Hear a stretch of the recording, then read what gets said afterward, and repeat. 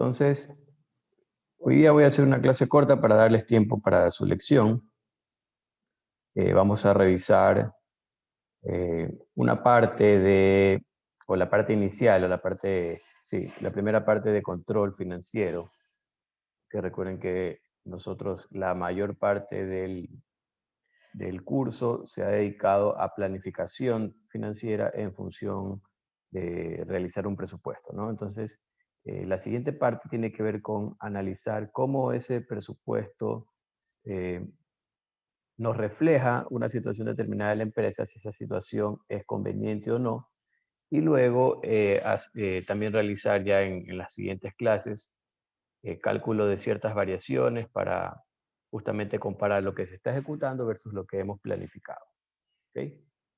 Entonces, vamos a ver acá. Ya, ahí está viendo la lámina, ¿no? Sí, profesor. Ok. Sí, profe. Hay, hay una parte de esto de aquí en la que yo no voy en realidad a profundizar mucho. Sí les voy a mandar por ahí un ejercicio donde ustedes puedan practicar estas cosas que en realidad ya deberían conocer de cursos previos, ¿no? Pero las voy a repasar, digamos, voy a hacer un repaso general, sobre todo indicando cuál es la utilidad de esto, ¿no? Entonces, esta parte tiene que ver con indicadores de desempeño financiero. Como les decía, la idea es que después de que uno presupueste los estados financieros, pueda calcular este tipo de ratios y otros que vamos a ver, que es en los que me voy a enfocar más bien, ¿sí? Pero que podamos calcular este tipo de indicadores financieros para poder emitir juicios de valor sobre cómo eh, se presupuesta la situación de la empresa, ¿no? Recuerden que estamos hablando de planificación, de ver hacia el futuro. Entonces, estos ratios, a diferencia de lo que ustedes vieron en análisis financiero, y que los aplicaban a estados financieros de ejercicios ya ejecutados, acá estamos haciendo básicamente lo mismo, pero con estados financieros presupuestados. Entonces, la idea es analizar cómo quedaría la situación financiera de la empresa en el futuro, en este año planificado, y más bien, como estamos justamente antes de que, se supone que esto se realiza antes de que el año empiece a correr, ¿sí? A partir de lo que nos dicen estos indicadores, ver si vale la pena modificar ciertas políticas de la administración, ¿sí? Para que mejoren los resultados o digamos, los outputs que nos generan estos ratios, ¿no? Bueno, aquí tenemos los principales, yo he puesto los principales ratios que generalmente encuentran en los libros de administración financiera. Tenemos los dos primeros, son los típicos indicadores de liquidez. Razón circulante, que es el activo circulante sobre pasivo circulante, o activo corriente sobre pasivo corriente. La prueba ácida, que es un indicador un poquito más exigente, porque lo que hace es a ese activo corriente restarle el inventario, ¿ok? Que se considera que de los activos corrientes es el menos líquido. Entonces, por eso les digo, está siendo un poquito más exigente este ratio, ¿no? Para ver si es que con los activos corrientes, quitándole este activo, en teoría, menos líquido, yo puedo cubrir el pasivo corriente, ¿no? Ahora me acuerdo, también les voy a subir un documento en PDF donde hay una explicación de esto, que repito, igual lo pueden encontrar en cualquier libro de administración financiera, ¿no? Luego vienen algunos ratios que tienen que ver con el manejo del capital de trabajo, ¿sí? Yo ya les he hablado en alguna clase previa sobre el capital de trabajo, que justamente es esta inversión para poder financiar las operaciones en el corto plazo, ¿sí? Que requieren hacer los accionistas, porque recordemos que hay un ciclo de efectivo que tiene que ver con la compra de insumos, financiamiento de mano de obra, esperar que que los insumos se transformen en productos terminados, que luego esos productos terminados permanecen en inventario hasta que se vendan, luego de que vendo tengo que cobrar, ¿sí? Entonces todo este tiempo se necesita financiar. Parcialmente lo financio como, ya les he conversado al respecto, ¿no? Este periodo que les describí, parcialmente uno lo financia ¿de qué manera? ¿Sí? ¿Cuál es esa cuenta también del capital de trabajo que me permite financiar parcialmente estas necesidades? ¿Se acuerdan? A través de proveedores. A través de proveedores, ¿verdad? A través de proveedores es, digamos, una forma en que parcialmente puedo financiar. Se supone que no debería abusar de esto porque después puedo dañar la relación también con los proveedores, pero de todas maneras es una herramienta que tiene la administración para financiar, repito, parcialmente esta necesidad. Y obviamente que el resto toca ponerlo, ¿no? Y de eso se trata la inversión en capital de trabajo. Entonces, estos ratios que siguen, les decía, tienen que ver justamente con esa administración, ¿no? Plazo de cobro son las cuentas por cobrar sobre las ventas diarias, es decir, las ventas sobre 360, por ejemplo, ¿no? Un número típico que se utiliza, ¿no? Entonces, eso les da el número de días promedio, si es una estimación, número de días promedio que se tarda la empresa en cobrar sus ventas, ¿sí? Es decir, ya lo real, ¿no? Porque a veces hay una política de cobro. Dicen, ah, ya, yo voy a dar crédito 60 días, ¿sí? O el 50% de mis ventas voy a dar crédito de 30 días, el otro 50% espero dar crédito de 60 días y uno dice, ah, entonces más o menos debería ser 45 días. Pero puede ser que al ver los estados financieros me dé cuenta que no estoy, sí, en realidad cumpliendo esos 45 días, sino que me estoy demorando más. O me estoy demorando menos, lo que sea, pero el tema es que cuando se calcula esto, uno se da cuenta de lo que en realidad se está demorando en promedio, ¿no? Y hay que contrastar con la política que se tiene para ver si se está cumpliendo o no. Algo similar con el plazo de pago, ¿sí? Cuentas por pagar sobre las compras diarias. ¿Ok? El otro ratio, de hecho algunos de estos ratios los calculamos el día que estábamos presupuestando estados financieros, ¿no? Ratio de financiación de clientes por proveedores, que es la relación entre las cuentas por pagar con las cuentas por cobrar. Plazo de los inventarios también me dice en días, ¿verdad? Plazo de los inventarios, cuánto tiempo en promedio mi inventario permanece o mis productos permanecen en la bodega, ¿no? Tengo que ver si es que ese es un número razonable, si me estoy demorando mucho en vender o, como les decía, si es un tiempo razonable. Si me estoy demorando mucho, puede ser que necesite eh, incurrir en algún tipo de inversión en marketing tal vez para poder mejorar esas ventas, ¿sí? Si tal vez el inventario es muy grande para mis necesidades de ventas, puede ser también, es decir, por el lado de que eh, estoy con una política de inventarios que me implica mucho costo, ¿no? Porque finalmente si mi inventario permanece mucho tiempo en la bodega, eso tiene costos, que ya los discutimos cuando vimos planificación de materiales directos. ¿Recuerdan? Ahí se habló de los argumentos a favor y en contra de tener inventario, ¿no? Es decir, por un lado, mientras más inventario tengo, sé que puedo atender a la demanda en cualquier momento, pero al mismo tiempo tengo costos por mantener ese inventario. Entonces hay que tratar de conseguir un balance. Bueno, entonces este ratio me permite estimar en días cuánto tiempo en promedio permanece el inventario en la bodega. Luego, rotación de activos, lo que me dice es cómo mis activos, o digamos, cuántas veces por cada dólar de activo, cuántos dólares de ventas puedo generar. ¿Sí? Okay, obviamente, mientras mayor sea este ratio, mejor. Quiere decir que puedo vender más con lo mismo, ¿no? Luego vienen rotación de inventarios, está relacionado con el ratio de plazo de inventarios. Y costo de venta sobre inventario. Lo que me dice es cuántas veces en promedio le doy vuelta al inventario o logro vender ese inventario en un año, ¿no? ¿Okay? También se supone que si yo logro mejorar la rotación de inventarios, quiere decir que indirectamente voy a bajar el plazo de los inventarios. Es como que más rápido ese inventario, al decir, entre comillas, doy vueltas, como que más rápido lo vendo, llega nuevo inventario, lo vendo, etcétera, ¿no? ¿Sí? Mientras más rápido es esa rotación, se supone que es un reflejo de que menos días permanece el inventario en bodega. Entonces hasta allí son bastantes ratios de operación, si se dan cuenta, ¿no?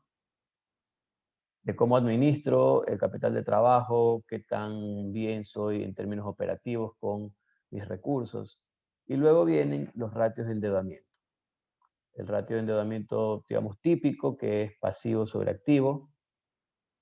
También a veces se calcula pasivo sobre patrimonio, otra forma de expresarlo. Cada vez que ustedes calculen esto, mi sugerencia es siempre dejar claro cómo se está calculando, porque a veces hay confusión aquí.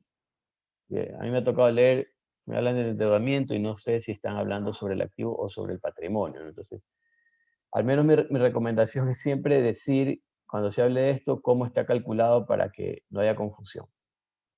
Porque dependiendo del denominador que utilice, obviamente cambia bastante la magnitud del ratio, ¿no? Entonces podemos estar generando una idea equivocada del nivel de deuda, de apalancamiento que tiene la empresa.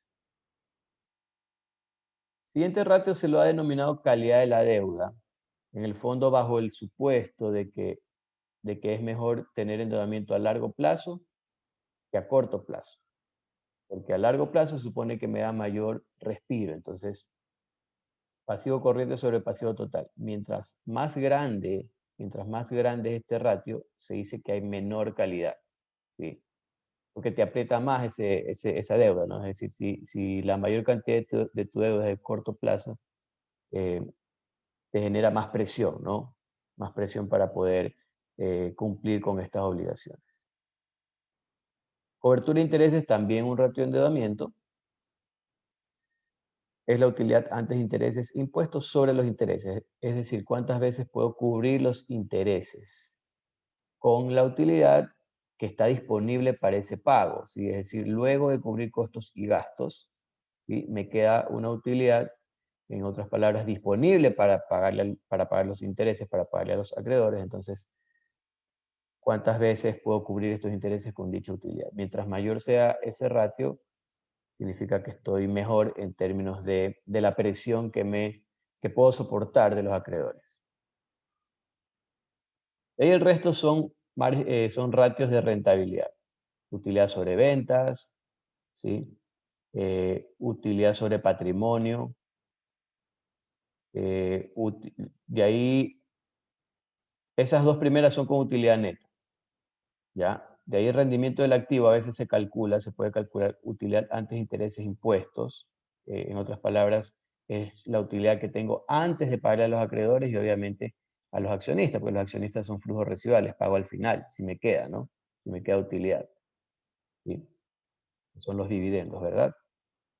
Entonces, es una forma de calcular rendimiento sobre el activo con la utilidad antes de intereses impuestos. Y la otra es el ROA, utilidad neta sobre activo también, ¿sí? Y ahí les he puesto un asterisco en estas cuentas que utilizan, perdón, estos ratios que utilizan estas cuentas de una cuenta de resultados contra una cuenta del balance. Se recomienda tomar el valor del año previo, del patrimonio o del activo, ¿sí? Ahí en esos asteriscos que están. Y, ok. A esta aquí, rentabilidad de fondos propios, es la conocida como ROE, también, rentabilidad sobre el patrimonio. Y la última, utilidad neta sobre activo, es el ROA. ¿Ok? Entonces, bueno, un repaso breve de lo que significan estos ratios, ¿no? Les voy a mandar por ahí un ejercicio para que los practiquen.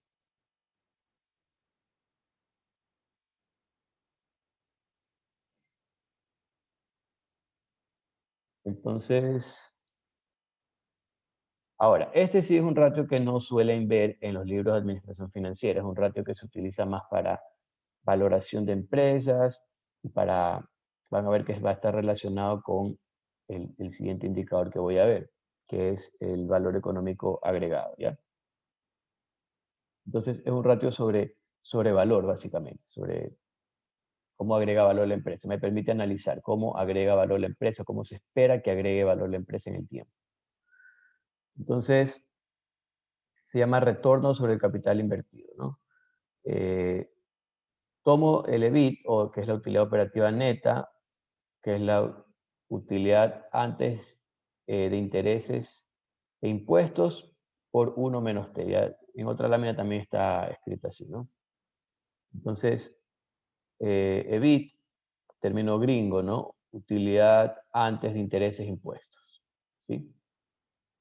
O utilidad operativa neta. ¿Sí? Porque más adelante también le voy a llamar utilidad operativa neta. Entonces, para que no haya confusión, he tratado de poner en las láminas el término en inglés o el término en español. Ese término en inglés se los pongo porque se utiliza bastante, ¿no? EBIT, EBITDA también, ¿sí? Que esa es EBITDA es la utilidad antes de intereses e impuestos, depreciación y amortización. ¿Okay? También se utiliza bastante. Entonces, a veces uno escucha eso y dice, bueno, ¿qué es esta cuestión, no? Entonces, es importante que sepan la traducción, que se familiaricen con la traducción. ¿Okay? Entonces, esta utilidad, repito, es utilidad operativa neta, porque se le llama utilidad operativa porque no considera los gastos por intereses, ¿sí? Esta utilidad se la divide para el capital invertido de la empresa, es decir, cuánto hay en activos que se supone que son los encargados de generar las ventas y la utilidad de la empresa. Entonces, lo que arriba tengo es la utilidad que genera y abajo tengo la cuantificación de los activos invertidos, los activos en los cuales se ha invertido para generar dicha utilidad. Aquí está obviamente tomado de manera contable valores en libro de deuda y de patrimonio. Una nota que hay aquí es, esta deuda no es todo el pasivo, sino solamente la deuda que paga intereses, solamente la deuda que paga intereses. En otras palabras, se ha quitado, o bueno, otra forma de verlo es que ese capital invertido, ¿sí? Se lo puede ver como propiedad, planta y equipo neto, ¿sí? Propiedad, planta y equipo más el capital de trabajo, más el capital de trabajo. ¿Okay? Otra forma de verlo, en algunos textos de valoración, cuando les hablan de capital invertido, si se lo ve por el lado del activo, propiedad, planta y equipo más capital de trabajo. O si no, esto debería ser equivalente, o si no, por el lado de pasivo patrimonio, pasivo que paga intereses y patrimonio. Es otra forma de verlo, ¿no? Pero son equivalentes. Otra cosa, perdón, antes de que me salte. Ya mismo vamos a calcular este ratio y el siguiente, que son los nuevos, ¿sí? Con un ejercicio, si es que nos da el tiempo. Creo que no nos va a dar el tiempo, voy a tocar explicar, solamente creo que la explicación conceptual, ¿no? Ok, entonces, repito, este ratio va a servir también cuando hagamos este análisis. Entonces, el análisis que les voy a presentar es el análisis de valor económico añadido, ¿no? Yo este ratio, de hecho, se lo puede calcular con estados financieros sobre ejercicios ya pasados, ¿sí? O sobre estados financieros presupuestados, que es, digamos, la aplicación que nosotros vamos a hacer considerando el objetivo de este curso, ¿no? Pero igual este ratio se puede calcular sobre estados financieros pasados, ¿sí? Entonces el EVA, famoso EVA, mide el valor excedente o valor añadido, valor agregado, creado por las inversiones actuales de una empresa.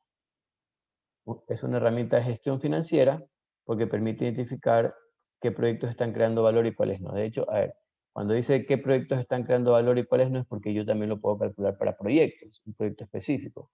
Yo tengo contabilizado un proyecto, su utilidad y el capital invertido en dicho proyecto. Yo puedo decir año a año, este proyecto genera o, digamos, agrega o no agrega valor.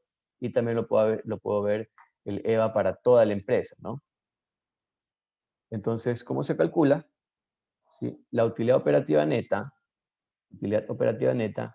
menos el producto de qué cosa? El capital invertido, que es el stock de activos productivos, por el costo capital, o WACC. ¿Sí? Ustedes ya saben ese tema. El WACC, el costo capital, ya lo vieron al menos, si algunos aquí vieron conmigo Fundamentos de Inversiones, ya sé que lo vimos. ¿Ya? Que siempre dicen por ahí que no han visto. Entonces, ¿cuál es la lógica de esto? Que la empresa tiene un capital invertido, es decir, hay inversión, ya sea financiada con deuda o con patrimonio, y por eso fíjense la lógica de cómo medir el capital invertido como pasivo, costo financiero más patrimonio. Entonces, hay un stock de activos que han sido financiados, ya sea con deuda o con patrimonio, ¿sí? Que son los encargados, estos activos son los encargados de generar ventas y utilidades, al final de cuentas las utilidades. Entonces, ustedes saben que el WACC lo que me dice es, o lo que trata de representar es un rendimiento mínimo, ¿verdad? de una inversión. Entonces, lo que me dice este ratio es, tú tienes un stock de activos, ¿verdad? Que necesitan generarte ventas y utilidad. Y vamos a calcular cuántos dólares debió haberte generado ese capital invertido o esos activos. Y entonces vamos a multiplicar el WACC, que es tu tasa mínima atractiva de retorno, por el monto de estos activos. Y eso me va a decir en dólares cuántos dólares tuviste que haber generado en un año determinado. ¿Sí? Otras palabras, si tú tienes activos valorados por $100 y tu WACC es 10%, quiere decir que tú debiste haber generado $10 en un año, ¿sí? Porque el WACC se expresa anualmente, ¿no? Ok, entonces eso es lo que debiste haber generado, ¿sí? Ahora, comparemos con la utilidad operativa neta para ver cuánto generaste. Entonces, si generaste más de lo que debiste haber generado, quiere decir que agregaste valor. Si generaste menos, destruiste valor. ¿Sí? Si el EVA te sale 0 porque quedaste tablas. Entonces, esa es la lógica del ratio. Como les decía, puede ser calculado por un proyecto específico o para toda la empresa. Como les decía, el EVA positivo, ¿sí? Quiere decir que la empresa agregó valor. Su utilidad operativa, después de impuestos, superó lo mínimo que debía generar la empresa, considerando su capital invertido y el riesgo del giro del negocio. Es decir, recuerden que el WACC incorpora el riesgo de ese negocio, ¿no? EVA negativo quiere decir que la empresa destruyó valor. Su utilidad operativa no superó lo mínimo que debió haber generado la empresa, dado el capital que tenía invertido y el riesgo del giro de negocio reflejado en el WACC. ¿Okay? Entonces, esa es la interpretación, básicamente. Agregó o destruyó valor, o si es cero, digamos, si es cero, en teoría está bien, es aceptable el cero, porque quiere decir que generó lo que debía generar. ¿Okay? Es como cuando ustedes sacan el van. Van igual a cero quiere decir que se rinde lo mínimo exigido. Entonces, en teoría también es aceptable, ¿no? Acá esto es con datos, el van en un proyecto se saca con flujo de caja, ¿sí? Considerando todos los flujos futuros. Este EVA es un cálculo de un año determinado con los datos contables. Entonces, digamos, hay una, digamos, consideración distinta, pero la lógica es la misma, ¿no? De agregar o no agregar valor. Con respecto al capital invertido, como les decía, valor libre de los activos a veces se utiliza como sinónimo de deuda más patrimonio, pero recuerden que aquí lo que se pide es la deuda con costo financiero, ¿ya? Por eso tomar todos los activos no es un buen reflejo muchas veces del capital invertido. Como les decía, aquí se lo puede ese capital invertido ya hilando más fino.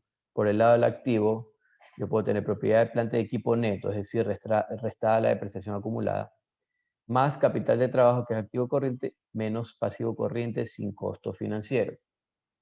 ¿Okay? Menos pasivo corriente sin costo financiero.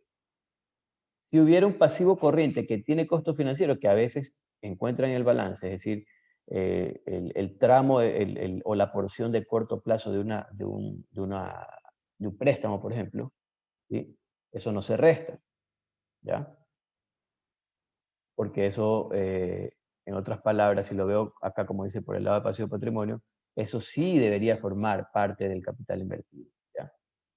Entonces, tanto lo que está aquí, lo que dice por el lado del activo, como lo que dice por el lado del pasivo más patrimonio, deberían ser equivalentes. ¿Okay? Deberían ser equivalentes, ¿ya? Si yo dibujo esto, vamos a dibujar. Esto creo que termino para poderles dar un tiempito antes de empezar la lección. Pero es un ratito que no... Déjenme buscar mi pluma.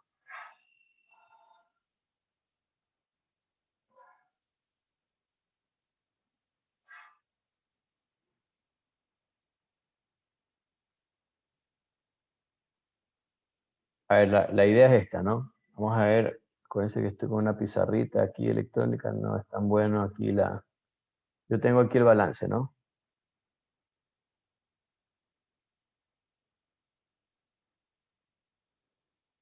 Supone que esto debería ser un rectángulo bien hechecito, pero así pasa, ¿no? ¿Ok? Este es el lado del activo. ¿Sí? Medio difícil esto, ¿no? Y acá se supone que tengo deuda más patrimonio, ¿no? ¿Ok? Supongamos que aquí tengo, vamos a poner aquí una parte. Esto le voy a llamar activo corriente y el de acá activo no corriente. Acá vamos a poner pasivo, vamos a llamarle aquí pasivo corriente. Acá supongamos pasivo no corriente y acá el patrimonio, ¿ya? Vamos a hacer un supuesto para que digamos, bajo este supuesto es que esta igualdad se mantiene, ¿no? Supongamos que este pasivo corriente es pasivo que no paga interés, ¿ok?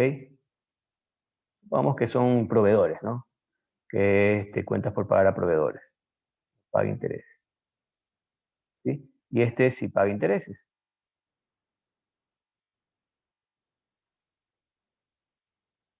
¿ok? Entonces, como les decía, una forma de ver el capital invertido es por el lado de los activos y capital de trabajo, ¿no? Les dicen, el capital invertido es propiedad, planta y equipo neto, que vendría a ser esta parte acá, y otros activos no corrientes, ¿sí? Más el capital de trabajo. ¿Y qué es el capital de trabajo? Es el activo corriente, ¿sí? Menos el pasivo corriente, ¿sí o no? Entonces, miren, si a este lado izquierdo le resto esta parte derecha que he marcado, ¿qué me va a quedar? Me va a quedar justamente lo que nos dice la igualdad, que debería ser la otra forma de cálculo, que es esto de acá. ¿Ok? Entonces, por eso decimos que son dos formas equivalentes de estimar el capital invertido. Si tomar esto, restarle esto, y de esa manera me queda la parte derecha. ¿Ok? Esa es digamos, la equivalencia que les mencionaba, ¿no? Porque claro, se supone que el resto es perdón, vamos a regresar.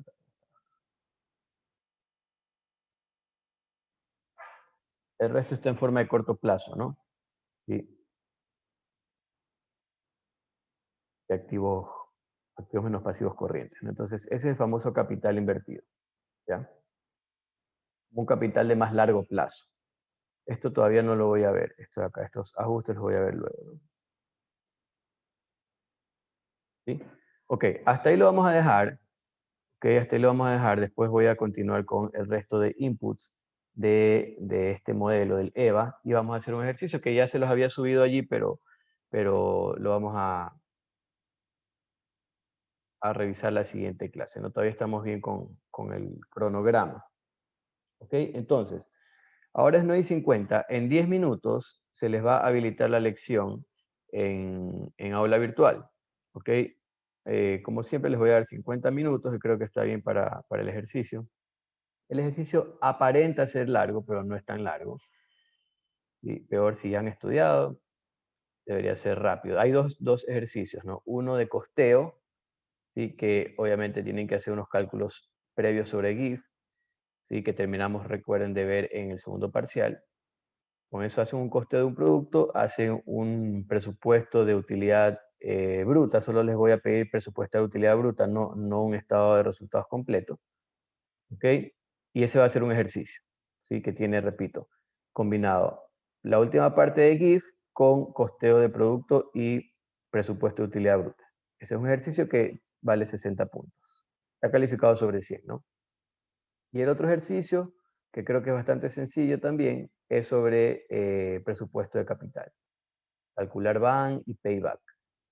¿De acuerdo? Entonces, eso va a ser la lección. A las 10 se va a habilitar en aula virtual. Entonces, eso sería todo.